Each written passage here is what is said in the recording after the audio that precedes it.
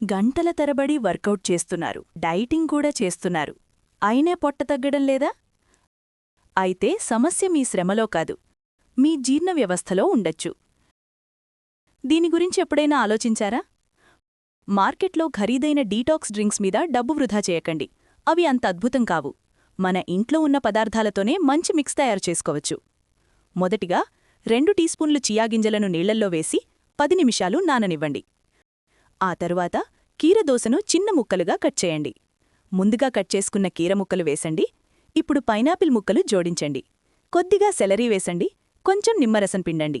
చివరగా నానబెట్టిన చియా నీళ్లు వేసి 1 నిమిషం బాగా గ్రైండ్ చేయండి. ఈ కాంబినేషన్ మీ జీర్ణ వ్యవస్థను యాక్టివేట్ చేస్తుంది.